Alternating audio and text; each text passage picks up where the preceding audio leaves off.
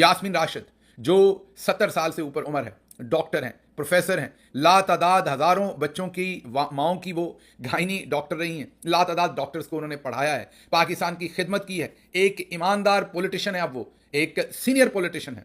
उनका कसूर सिर्फ यह है कि जहां पर पथराव हो रहा था या नारेबाजी हो रही थी वहां पर वो खड़ी थी और लोगों को रोक रही थी। उन्होंने किसी के घर पर या किसी जगह पर हमले पर किसी को नहीं उकसाया, सिर्फ वो बाहर मौजूद थी, तो वो आज भी जेल में है, उनको जमानत नहीं मिल रही।